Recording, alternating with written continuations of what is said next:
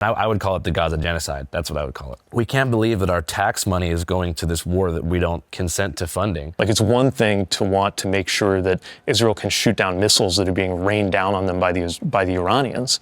And it's another thing to be sponsoring Netanyahu going in to annex the West Bank or, going in to invade Gaza, right? Yeah. So if the concern is anti-Semitism, I think that, just to circle back, I have seen an insane explosion of anti-Semitic comments on Instagram in a way that I thought would be impossible even 5 years ago. But I will say most of the Jewish people that I know that are my friends are pretty anti-Zionist, and they see, and I would agree with them, that every Israeli bomb dropped on Gaza, every bullet fired into an aid line just ratchets up the anti-Semitism a little bit more. And so you have to ask the question, was October 7th the driving force of anti-Semitic outbursts? It really feels like the Israeli government and the IDF's military action is the driving force of anti-Semitism. Everything that Netanyahu's government does right now, like everything you see the IDF doing in the food lines or the annexation or the ground movements into Gaza, is incinerating a really important part of the moral fiber of what connects America to Israel and what I think connects a lot of American Jews to the Zionist project.